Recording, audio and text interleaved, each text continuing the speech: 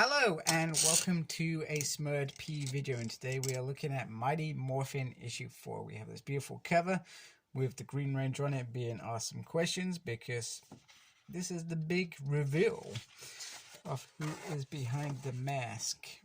And let's be honest, there are not many candidates anyway. There's Skull's girlfriend, who's an alien. There is Skull and Bulk, let's just throw them in there. There's Ernie, Mr. Kaplan, and Matt, Kimberly's old boyfriend. So this is written by the talented Ryan Parrott, who is leading the Power Rangers run across the universe. And Marco Renna is on the illustrations and colored by Walter Balimonte, who's usually on it, with assistance by Katia Ranali. I hope that I pronounced all those correct. You get it usually on the letters anyway. So the story begins with a flashback to 10,000 years, and we've got Zordon and his mentor. And the first bit is joking around the fact that you don't eat local food because it makes you sick. Don't do it. It's bad for you. And Zordon vows revenge on their next assignment, and he says, "This will be your last assignment." So Zordon reads it completely wrong. Let me try and get this into a better position rather than you seeing. That's not going to work very well. So apologies, you get this little bit here. It's like a spider crawling over there. Anyway, back to the story. No idea what I was talking about there. So Zatus has been promoted, and he has given Zordon the task of being chief guardian of Eltar. And Zordon, as usual, like anyone, why me? Which is a normal thing in a human. Why would you pick me? This guy over here is better than me. And he says you're the right person. Dark Spectre's making his move across the universe. He's looking for something, and I need to know that Eltar is in good hands with you here. So I love the Zordon part of these stories. Really enjoying it because you've got to wonder is why does he end up on Earth taking on Rita? You gotta know how we lead to that point and how he ends up getting trapped in the morphological beam or dimension, whatever you want to call it, to stay alive. So I like that bit. So the Rangers are fighting the Super Putty. Is it called a Super Putty? Putty Prime. Sorry, I forgot. Putty Prime. And they make a fatal mistake of thinking it's just a putty. Zed isn't even taking these battles seriously. He's just doing what he does. However, Putty Prime is more than just a putty. And he takes out the Rangers quite swiftly. And whilst the Thunder Megazord is down, the other putties are closing in for the kill. So it's time to focus on Tommy. So Rocky, to buy the guys some time to reboot the Megazord, goes out to fight. And Adam joins him because those are probably not the most technical out of the three. Billy's probably the most smartest, but Aisha and Kimberly, I'm pretty sure, would draw on whatever instructions he's given and probably deliver them a little bit better. And that's no disrespect to their intellects. So meanwhile, Bulk has it out with Candice, saying that Skull loves her. And she is obviously dismayed by that. And he says, you need to stop cheating on her, because that's what he thinks she's doing. He thinks she's cheating on him and that she's going to break his heart and all that. And this is all about Bulk's friendship with Skull and that care factor for each other. And it's a beautiful friendship. I mean, they were, in the first sort of season, they were described as bullies, but they grew, and they grew up as well. And that friendship was brilliant throughout the Power Rangers. It's one of the best things of the Power Rangers show. So to get that stuff continuing here is great.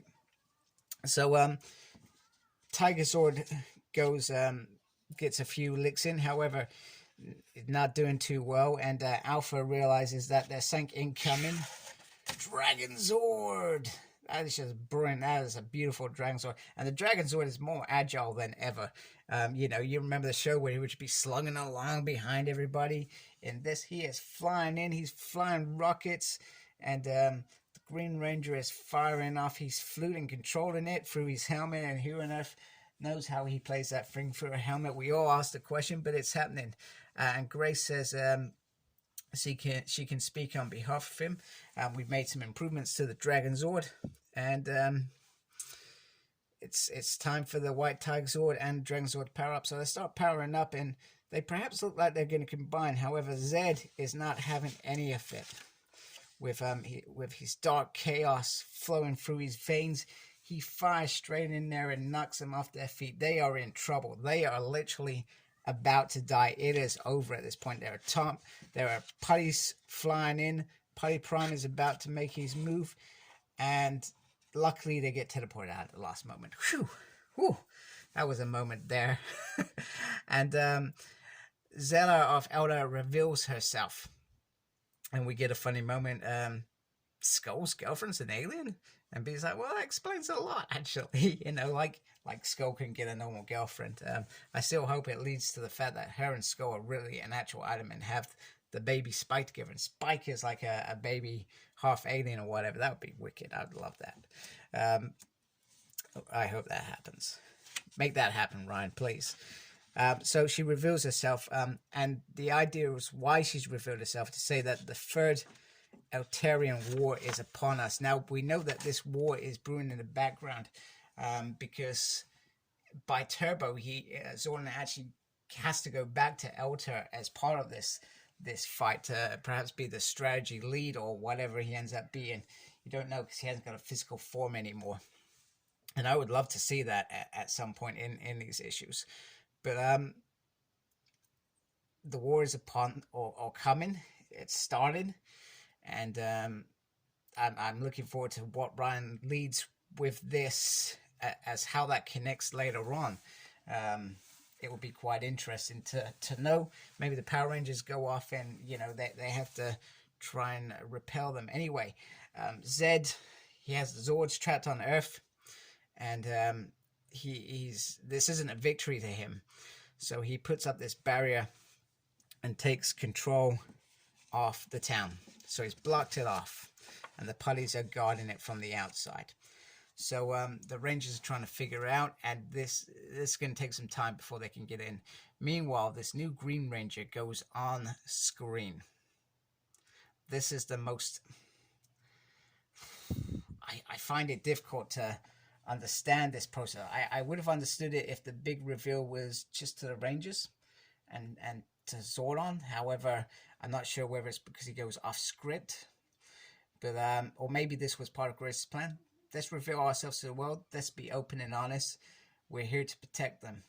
And openly he says he's scared too.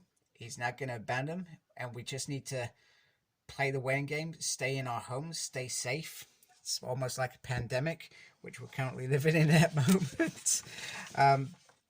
And he reveals himself as Matthew Cook, the new Green Ranger, to be continued. And I'm interested to find out Ryan's direction, because this is the most unorthodox thing that they have done. I mean, we've had Power Rangers teams be open in the past, but not like this. Is like a Spider-Man reveal.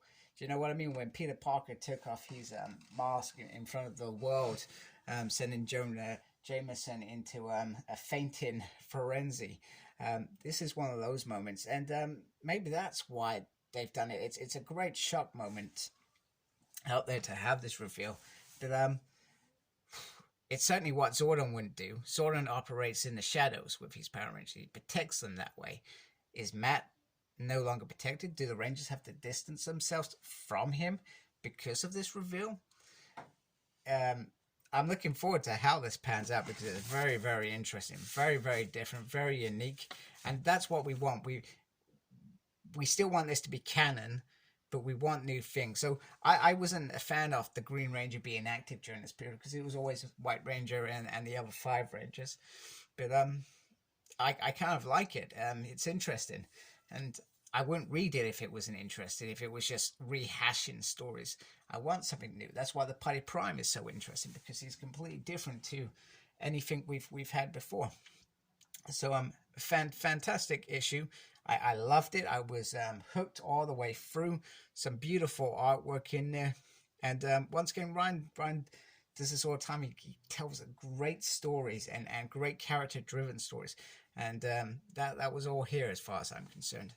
You know, you may not have got much development from the Rangers, but we got more from Zordon and his past.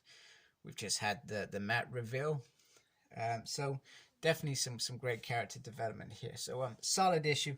Looking forward to issue 5, and speak soon. Rangers out.